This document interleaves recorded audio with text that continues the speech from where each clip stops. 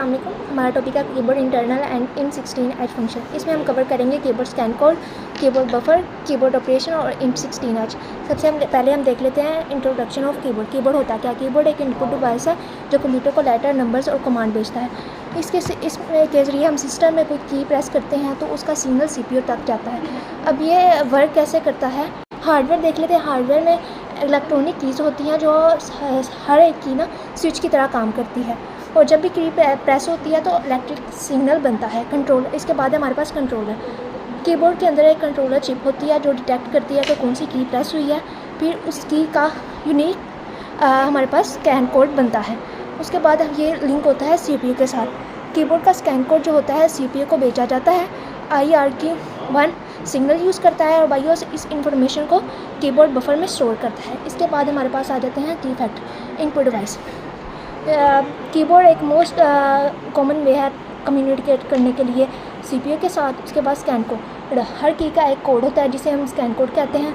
BIOS interrupt. INT16H जो है assembly programme को कीबोर्ड की प्रेस की रीड करने देता है। उसके बाद हमारे पास कीबोर्ड बफर है। कीबोर्ड बफर एक टेम्परेरी मेमोरी होती है जहां प्रेस की स्टोर होती हैं, और ये तब तक स्टोर रहती हैं जब तक हम CPU उनको प्रोसेस ना कर लें।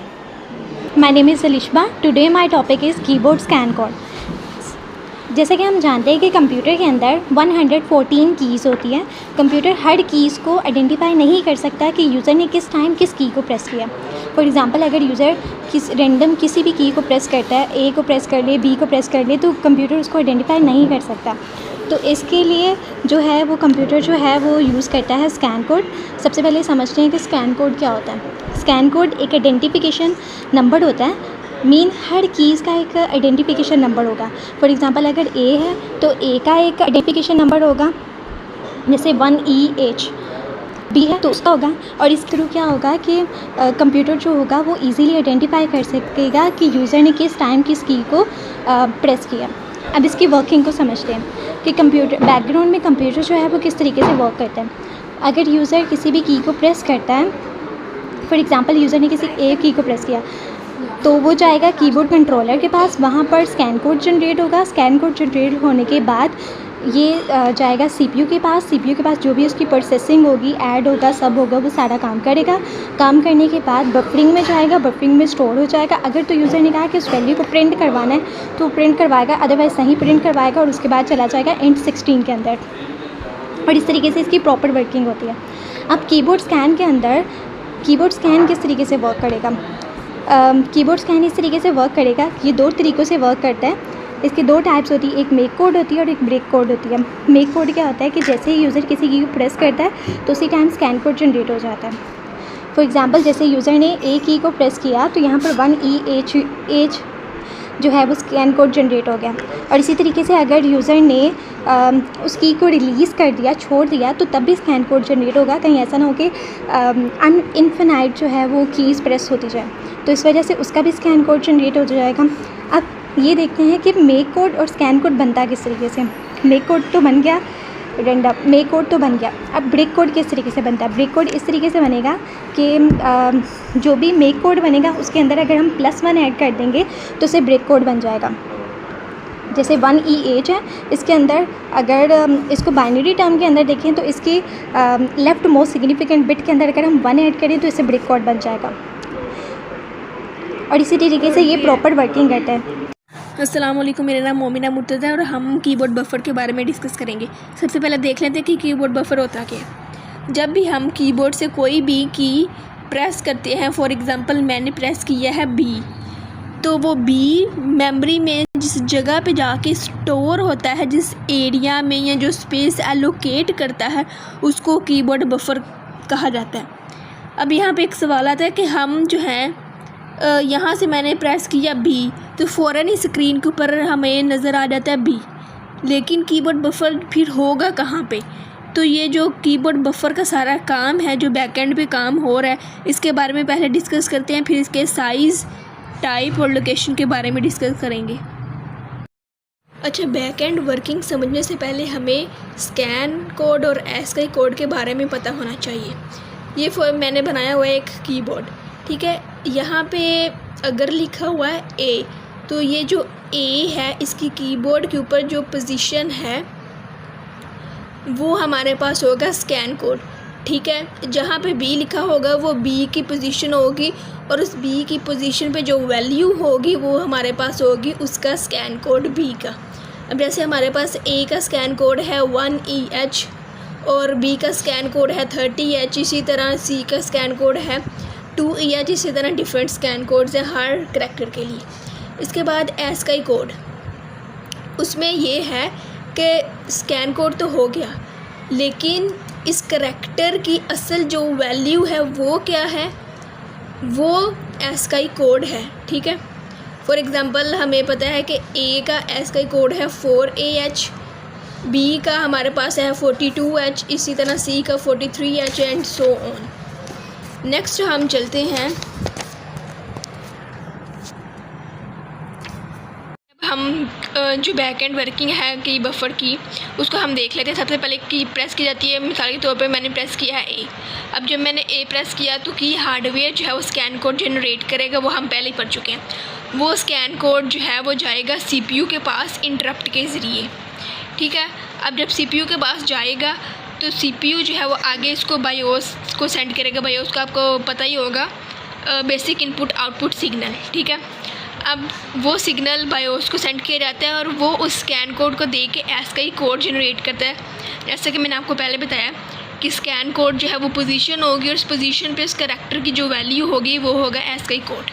नेक्स्ट जो है, अब बायोस के बाद स्कैन कोड और एस का ही कोड दोनों जो हैं वो जाएंगे हमारे पास रैम में, और रैम के अंदर होता है कीबोर्ड बफर और वहाँ पे जाके दोनों वैल्यूज स्टोर हो जाएंगी।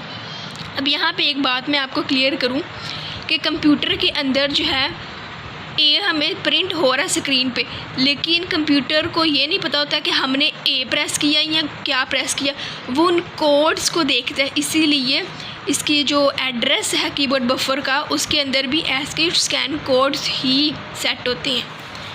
इसके बाद नेक्स्ट जो है वो हम कोई भी प्रोग्राम फॉर एग्ज़ाम्पल चला रहे हैं, मैंने नोटपैड ओपन किया हुआ है या वर्ड एक्सेल जो भी खुला हुआ है, वो उन कोड्स को देखेगा और फिर देखेगा कि इन कोड्स पे कौन सा करैक्टर पड़ा हुआ है और वो जाके स्क्रीन पे डिस्प्ले करवा देगा और इसके बाद हमें जो है स्क्रीन पे आउटपुट डिस्प्ले हो जाएगा।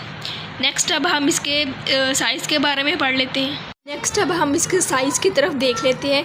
तो 32 बाइट्स जो है वो कीबोर्ड बफर का साइज़ होता है। यहाँ भी आप कह सकते हैं कि 16 कीज़ प्रेस की जाएंगी, ठीक है, क्योंकि 2 बाइट जो है वो एक की के इक्वल होती है, ठीक है।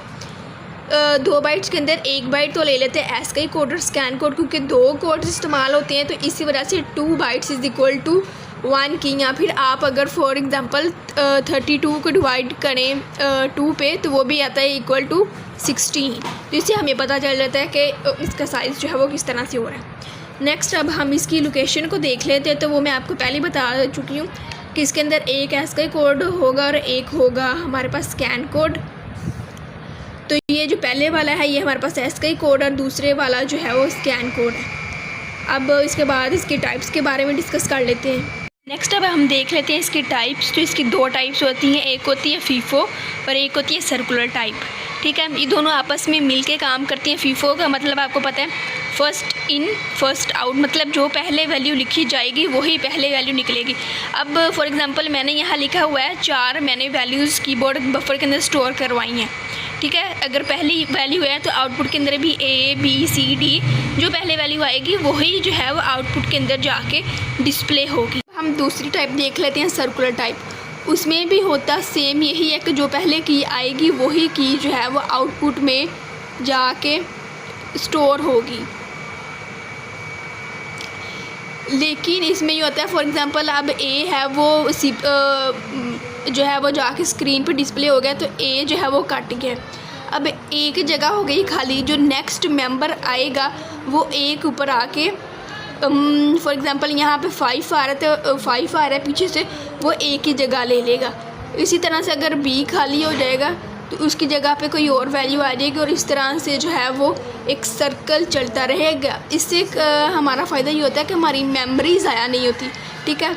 जहाँ से मेमोरी ख़त्म होती है वहाँ पे कोई नया करैक्टर आ जाता है। अस्सलाम वालेकुम, my name is Aleema Arshad. So my topic is keyboard operation. अब सबसे पहले हम इसका ओवरऑल कॉन्सेप्ट देख लेते हैं। जब कीबोर्ड पे कोई की प्रेस होती है तो उसका डाटा सीपीयू तक कैसे जाता है और कंप्यूटर उसे कैसे प्रोसेस करता है, ये हमारा ओवरऑल कॉन्सेप्ट हो गया। अब हम इसके स्टेप 1 की तरफ जाते हैं, यानी की प्रेस। जब की प्रेस होती है तो क्या होता है, कीबोर्ड कंट्रोलर डिटेक्ट्स अ की press and generate scan code. जब यूज़र कीबोर्ड पे कोई की प्रेस करता है, कीबोर्ड उस की को डिटेक्ट करता है। फॉर एग्जांपल हमने प्रेस किया ए या एंटर या स्पेस। हर की का कीबोर्ड के अंदर एक इलेक्ट्रिकल सर्किट होता है। जब की प्रेस होती है, सर्किट कंप्लीट होता है, कीबोर्ड को पता चल जाता है कि कौन सी की प्रेस हुई है। उसके बाद कीबोर्ड एक स्पेशल बाइनरी वैल्यू जनरेट करता है जिसे हम स्कैन कोड कहते हैं। अब स्कैन कोड क्या होता है, अब हम उसको देख लेते हैं। स्कैन कोड एक हार्ड लेवल कोड होता है, ये एक्चुअल कैरेक्टर नहीं होते। फॉर एग्जांपल ए की का स्कैन कोड अलग होगा, एंटर का अलग होगा, F1 का अलग होगा। अब कीबोर्ड सीपीयू को डायरेक्टली ए नहीं भेजता, पहले स्कैन कोड भेजता है। अब हम इसके सेकंड स्टेप की तरफ आ जाते हैं, जो कि है how scan code send, how we can send a scan code. तो scan code send to CPU through IRQ1। हम IRQ1 के थ्रू अपना स्कैन कोड सेंड करते हैं। तो कीबोर्ड का generated scan code directly CPU को नहीं जाता, बीच में एक हार्डवेयर कंपोनेंट होता है जिसे हम कीबोर्ड कंट्रोलर कहते हैं। ये कंट्रोलर कीबोर्ड से डाटा रिसीव करता है और सीपीयू को नोटिफाई करता है। अब हम देखते हैं IRQ1 है क्या। ये एक इंटरप्ट रिक्वेस्ट है और कीबोर्ड सीपीयू से अटेंशन मांग रहा होता है। इसके थ्रू कीबोर्ड सीपीयू से अटेंशन मांग रहा होता है और ताकि वो आगे अपना डाटा सीपीयू तक सेंड कर सके। तो IRQ1 के थ्रू पहले हम कीबोर्ड से अटेंशन मांगते हैं। इसके बाद हम अपने स्टेप 3 की तरफ आ जाते हैं, ISR कॉल्ड int 9H। तो इसमें हम देखेंगे सीपीयू सिग्नल रिसीव करने के बाद int 9H को कॉल करता है। ये बायोस का कीबोर्ड इंटरप्ट होता है। इसका काम क्या है, इसका काम यह है कि की के इंफॉर्मेशन रीड करना, उसको प्रॉपरली हैंडल करना, यानी ये कीबोर्ड का मैनेजर जैसे काम करता है। अब हम स्टेप 4 को देखते हैं, कीबोर्ड बफर। ये स्टोर्ड इन बफर, ये हम किस तरह करते हैं। Keyboard buffer temporary memory area होता है, बायोस प्रोसेस्ड की को बफर में सेव करता है। अब इसमें बफर के अंदर हमारे पास आ जाता है फीफो का कॉन्सेप्ट। अब फीफो क्या है, फीफो की फुल फॉर्म होती है फर्स्ट इन फर्स्ट आउट। जो कि पहले आए वो पहले रीड होगी और जो बाद में आए वो बाद में होगी। फॉर एग्ज़ाम्पल अगर यूज़र प्रेस करे पहले A, B एंड C, तो प्रोग्राम पहले A रीड करेगा। और इसमें हमारे पास 2 बाइट पेयर का कॉन्सेप्ट आ जाता है, ASCII कोड और स्कैन कोड। मतलब हर की 2 बाइट्स में स्टोर होती है। फॉर एग्ज़ाम्पल फर्स्ट बाइट में हमारे पास ASCII होती है, सेकंड बाइट में हमारे पास स्कैन कोड होते हैं। और फिर कुछ हमारे पास ऐसे स्पेशल कीज़ होती हैं, जैसे फंक्शन कीज़ हो गई, एरो कीज़ हो गई, इनका हमारे पास ASCII नहीं होता। तो मोस्टली हम इसके लिए यूज़ करते हैं O00H। इसके लिए हम 00H यूज़ करते हैं क्योंकि इनका प्रिंटेबल कैरेक्टर नहीं होता। अब हम स्टेप 5 पे आ जाते हैं, ऐप रीड्स बफर। प्रोग्राम या एप्लीकेशन कीबोर्ड बफर से की रीड करते हैं, यूजुअली इन 16H के through. BIOS keyboard service use होता है। अब इन 16H ये बायोस कीबोर्ड इंटरप्ट है जो की रीड करता है, कीबोर्ड स्टेटस चेक करता है।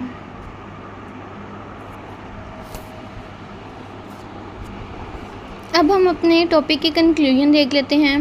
तो जब हम कोई की प्रेस करते हैं तो स्कैन कोड जनरेट होता है, फिर कीबोर्ड कंट्रोलर IRQ1 के थ्रू इंटरप्ट रिक्वेस्ट सेंड करता है, फिर सीपीयू उस की को प्रोसेस करने के लिए बायोस इंटरप्ट O9H को कॉल करता है and then BIOS stores ASCII and scan code in keyboard buffer and application reads the key using 16H।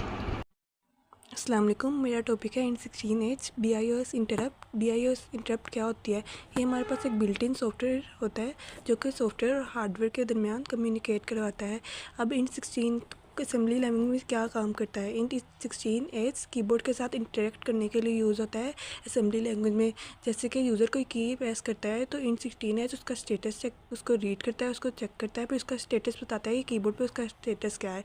उसके बाद हमारे पास इसके कुछ फंक्शंस आ जाते हैं। पहला फंक्शन है AH = 00H, ये की स्ट्रोक को रीड करता है, यानी जब कोई यूज़र की एंटर करता है कीबोर्ड से तो बताता है इस क्या काम कर रही है। उसके बाद हमारे पास इसका दूसरा फंक्शन आता है AH = 01H, ये बफर को चेक करता है। जैसे कि हमें पता है बफर वो एरिया होता है जहाँ पे कीज़ टेम्प्रेरी स्टोर होती हैं। जैसे कि यूज़र कोई की एंटर कर रहा है तो टेम्प्रेरी बफर में स्टोर होगी। उसके बाद ये इसका थर्ड फंक्शन है AH = 02H, ये गेट शिफ्ट स्टेटस, मतलब कि जैसे कोई यूज़र की एंटर कर रहा है, शिफ्ट कंट्रोल वगैरह इसका स्टेटस रिटर्न करता है। उसके बाद जो पहले 3 फंक्शन थे वो बेसिक कीबोर्ड फंक्शन थे, जो नेक्स्ट 3 हैं वो एक्सटेंडेड कीबोर्ड के फंक्शन है। एक्सटेंडेड कीबोर्ड क्या होता है?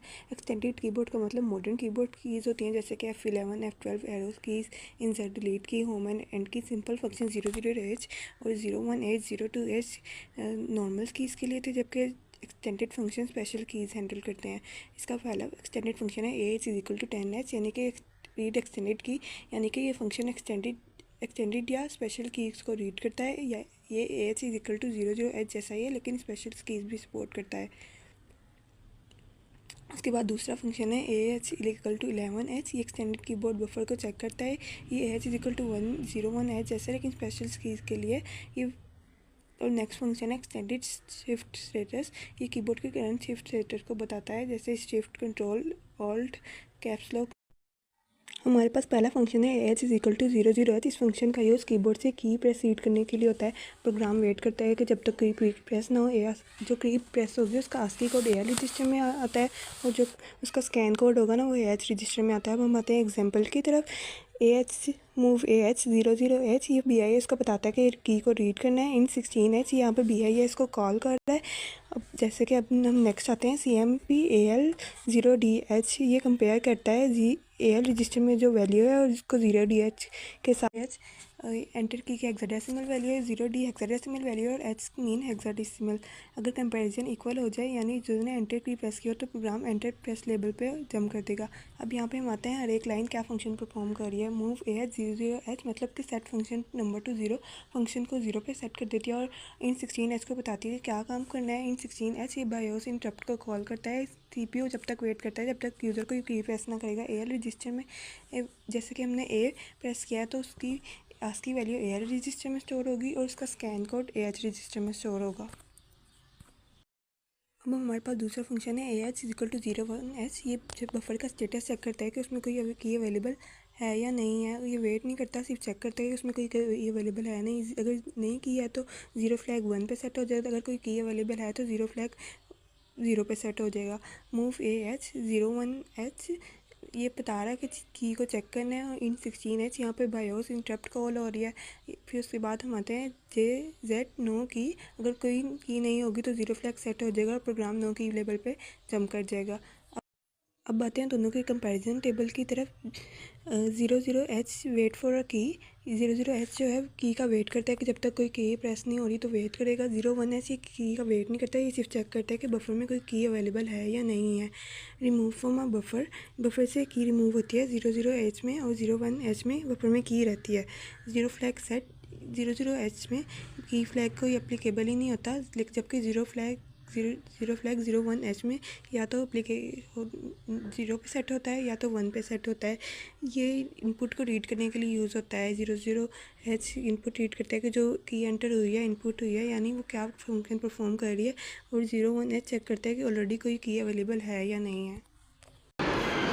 जैसे कि हम जानते हैं कि असेंबली लैंग्वेज के अंदर हम 02H को यूज़ करते हैं आउटपुट को प्रिंट करने के लिए, लेकिन इसके डिफरेंट पर्पसेस है। जब हम int 16 के अंदर 02H को यूज़ करते हैं तो इसको हम स्पेशल कीज़ के लिए यूज़ करते हैं, जैसे कि शिफ्ट के लिए, कंट्रोल के लिए, आल्ट के लिए, इनके लिए हम यूज़ करते हैं। लेकिन अगर हम int 21H के साथ यूज़ करते हैं तो तब हम इसको आउटपुट को प्रिंट करवाने के लिए यूज़ करते हैं। अब इसकी वर्किंग को समझ लेते हैं कि int 16 के अंदर ये किस तरीके से इसको पता चलता है कि यूज़र ने कंट्रोल को प्रेस किया, शिफ्ट को प्रेस किया या किसको प्रेस किया। तो इसमें किस तरीके से ये काम करता है, यहाँ पर जब हम देखते हैं तो यहाँ पर ये बिट वाइज काम करता है। फॉर एग्जांपल अगर यूज़र ने 0 बिट को प्रेस किया तो उसका कोड जनरेट होगा 0 का, और जो है राइट शिफ्ट, यानी कि कंप्यूटर को पता चल जाएगा कि यूज़र ने राइट शिफ्ट को प्रेस किया। इसी तरीके से अगर 1 होगा, 1 का कोड लिखेंगे तो कंप्यूटर को पता चल जाएगा कि यूज़र ने लेफ़्ट शिफ्ट प्रेस किया, और इसी तरीके से ये चलता जाएगा, और इस तरीके से स्पेशल कीज़ की आइडेंटिफिकेशन हो जाएगी। अब इस कोड को समझते हैं। इस कोड में सबसे पहले इसका स्ट्रक्चर डिफ़ाइन है। स्ट्रक्चर डिफ़ाइन करने के बाद यहाँ पर मेन प्रोग के अंदर आगे मेन प्रोग करने के बाद 00H आ गया। अब 00H का मतलब क्या होता है? इसका मतलब है कि यूज़र ने किसी की को प्रेस किया है या नहीं किया। अगर तो यूज़र ने किसी की को प्रेस किया है तो 0 फ्लैग जो है वो 1 हो जाएगा, अदरवाइज़ 0 हो जाएगा। और उसके बाद इंट 16 आ गया। अब इंट 16 का मतलब है कि यूज़र किसी स्पेशल की को प्रेस करेगा, जो कि शिफ्ट, कंट्रोल और आल्ट है। ओके, इंट 16 जब प्रेस होता है, यानी कि कंट्रोल शिफ्ट, तो इसमें 2 तरीक़ों से ये काम करता है, एक AH में और एक AL में। AH में किस तरीके से ये काम करता है? AH के अंदर जाता है ASCII कोड और AL के अंदर जाता है AL के अंदर जाता है ASCII कोड और AH के अंदर जाता है स्कैन कोड। और यहाँ पर क्या होगा कि जो भी यूज़र प्रेस करेगा, यहाँ पर कोड लिखेंगे कि बिट 0, अगर यूज़र ने बिट 0 का यूज़र अगर कोड लिखा है तो यहाँ पर उसका कोड लिखेंगे, और उसके बाद AL के अंदर स्टोर करेंगे, और स्टोर करने के बाद इस रजिस्टर को DL के अंदर स्टोर कर देंगे। DL के अंदर स्टोर इस वजह से करेंगे ताकि जो वैल्यू है वो ओवरराइड ना हो जाए। और उसके बाद नेक्स्ट लाइन में आ जाएंगे मूव AH 0 to H। यहाँ पर स्कैन कोड होगा और यहाँ से स्कैन कोड जो है वो रिमूव हो जाएगा, और यहाँ पर ये आउटपुट को प्रिंट करवा देगा। अब यहाँ पर जो 0 to H यूज़ हो रहा है इन 21H का, इन 21H के साथ, इसका मतलब है कि आउटपुट को प्रिंट करवाना है, और यहाँ पर जो भी बिट यूज़र सेलेक्ट करेगा उसका आउटपुट वो प्रिंट कर देगा। और यहाँ से मूव AH 40H 4CH इन 21H, इसका मतलब है कि यहाँ से वो बाहर निकल जाएगा, और इसी तरीके से ये प्रोग्राम एग्ज़िट हो जाएगा। अस्सलाम वालेकुम, my name is Ayesha Khurshid. अब जब हम इस टॉपिक को थॉरली पढ़ चुके हैं तो अब हम इसकी रियल टाइम एप्लीकेशंस देखेंगे। पहली एप्लीकेशन और एग्जांपल हमारे पास वीडियो गेम्स हैं। वीडियो गेम्स में हम ज़्यादातर action keys like arrow keys use करते हैं, कंट्रोल कीज़ टाइप। तो कीबोर्ड वीडियो गेम्स में रियल टाइम इस तरह यूज़ होता है कि जब भी प्लेयर कोई की प्रेस करता है तो कीबोर्ड डायरेक्ट CPU को ये की नहीं भेजता, पहले उसका स्कैन कोड जनरेट होता है, फिर वो बफर में जाता है, फिर इन 16H के फंक्शंस उस पर यूज़ होते हैं। एग्जाम्पल के तौर पे हम देख लेते हैं, स्नेक गेम तो सबने खेली होगी। जब हम उसमें एरो की प्रेस करते हैं, मतलब हमने लेफ़्ट एरो की प्रेस की तो वो लेफ़्ट जाता है, राइट एरो की प्रेस की तो वो राइट जाता है। इस तरह हम जब लेफ़्ट की प्रेस करते हैं तो लेफ़्ट का स्कैन कोड जनरेट होता है, बफर में जाता है, 16H के फंक्शन उस पर अप्लाई होते हैं, और हमें स्क्रीन पे फ़ौरन से रिज़ल्ट शो होता है कि हमने लेफ़्ट की प्रेस की तो स्नेक लेफ़्ट मूव करता है, राइट की प्रेस की तो राइट मूव करता है। नेक्स्ट हमारे पास लॉगिन सिस्टम्स हैं। अब लॉगिन सिस्टम्स जैसे हम अपनी कोई भी जीमेल आईडी को लॉगिन करते हैं, या स्नैपचैट आईडी, इंस्टा आईडी, हम कोई भी आईडी लॉगिन करते हैं तो उसमें कीबोर्ड पे हम अपना यूज़र नेम और पासवर्ड इनपुट देते हैं। तो इसी तरह हर की जब भी हम कोई की प्रेस करते हैं, कोई करैक्टर या कुछ भी प्रेस करते हैं, उसका स्कैन कोड जनरेट होता है और बफर में जाता है, फिर उस पर इन 16H के फंक्शंस अप्लाई होते हैं। लेट्स से हमने अपनी जीमेल की आईडी लॉगिन की, उसमें हम अपना पासवर्ड टाइप करते हैं तो हर प्रेस्ड की का स्कैन कोड जनरेट होता है। ये इनपुट कीबोर्ड बफर में टेम्पोरली स्टोर होता है, ठीक है। फिर इन 16H उस इनपुट को रीड करके सिस्टम तक पहुंचाता है। सिस्टम देखता है कि जो सेव्ड हमारे पास पासवर्ड और यूज़र नेम है वो मैच होता है तो हमें जीमेल की एक्सेस मिल जाती है, और अगर नहीं होता तो हमें जीमेल की एक्सेस नहीं मिलती। सिमिलरली अगर हम देखें तो ATM मशीन्स का भी सेम प्रोसेस होता है कि हम पिन एंटर करते हैं, सिस्टम चेक कर मतलब कीबोर्ड में स्कैन कोड जनरेट होता है, बफर में जाता है, 16H के फंक्शंस अप्लाई होते हैं, और फिर सिस्टम से वो पिन मैच होती है, और अगर हमारी पिन मैच हो जाती है, सेम होती है, तो कैश विड्रॉ हो जाता है या जो भी केस होता है वो हमें शो हो जाता है। उसके बाद हमारे पास है operating system. Basically keyboard input को कमांड्स और शॉर्टकट्स के लिए यूज़ करते हैं। लाइक जब भी यूज़र Ctrl+C प्रेस करता है, टैब प्रेस करता है, तो इन 16H उस इनपुट को रीड करता है और सिस्टम उसके अकॉर्डिंग एक्शन परफॉर्म करता है। लाइक हम Ctrl+C प्रेस करते हैं, कॉपी होता है, Ctrl+V प्रेस करते हैं, पेस्ट होता है, Ctrl+S करते हैं तो सेव होता है। इससे सिस्टम हमारा स्मूथली वर्क करता है, कीबोर्ड इनपुट से सिस्टम को कंट्रोल कर रहा होता है बेसिकली। उसके बाद टेक्स्ट एडिटर्स में हमारे पास हम रोज़ यूज़ कर रहे होते हैं, like MS word, PowerPoint, Excel, ये सारी चीज़ें हम यूज़ कर रहे होते हैं। हम कोई की प्रेस करते हैं, स्कैन कोड उसका जनरेट होता है, वो बफर में जाता है, 16H के फंक्शंस अप्लाई होते हैं। हम कंट्रोल वगैरह अगर मतलब शिफ्ट की साथ प्रेस करते हैं तो 02H इन 02H का फंक्शन अप्लाई होता है। तो इस तरह हमारे ये डाटा एंटर होता है और हमारे टेक्स्ट एडिटर्स वर्क करते हैं। इसकी एग्जांपल हमारे पास MS वर्ड और पावर पॉइंट वगैरह हैं। उसके बाद कैलकुलेटर का भी हमारे पास सेम फंक्शन है।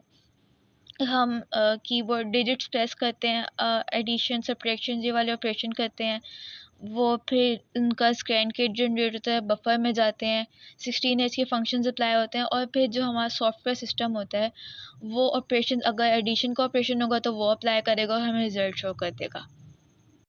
लास्ट में हमारे पास कंक्लूजन के कुछ की पॉइंट्स हैं जिनसे हमें पता चलता है कि जब भी हम कीबोर्ड पे कोई की प्रेस करते हैं तो सिस्टम में एक यूनिक स्कैन कोड जनरेट होता है जो सीपीयू के पास जाता है और फिर सीपीयू उसको आइडेंटिफाई करता है। फिर यही डाटा कीबोर्ड बफर में स्टोर होता है फीफो के लिए, like first in first out. जो अगर ABC है तो पहले A स्टोर होगा, फिर B, और पहले A एग्जीक्यूट होगा फिर B, और फिर ये IRQ1 के थ्रू int 9H उस इंफॉर्मेशन को प्रोसेस करता है, ASCII को स्टोर करता है और एंड पे int 16H के फंक्शंस की हेल्प से प्रोग्राम कीज़ को रीड, चेक और शिफ्ट स्टेटस को डिटेक्ट करते हैं। ये तमाम पॉइंट्स और हम कह सकते हैं पार्ट्स मिलके कीबोर्ड और कंप्यूटर के दरमियान प्रॉपर कम्युनिकेशन को मैनेज करते हैं और सारा काम स्मूथली होता है। आई होप कि आपको हमारा प्रोजेक्ट, हमारी प्रेजेंटेशन पसंद आई होगी। Thank you so much.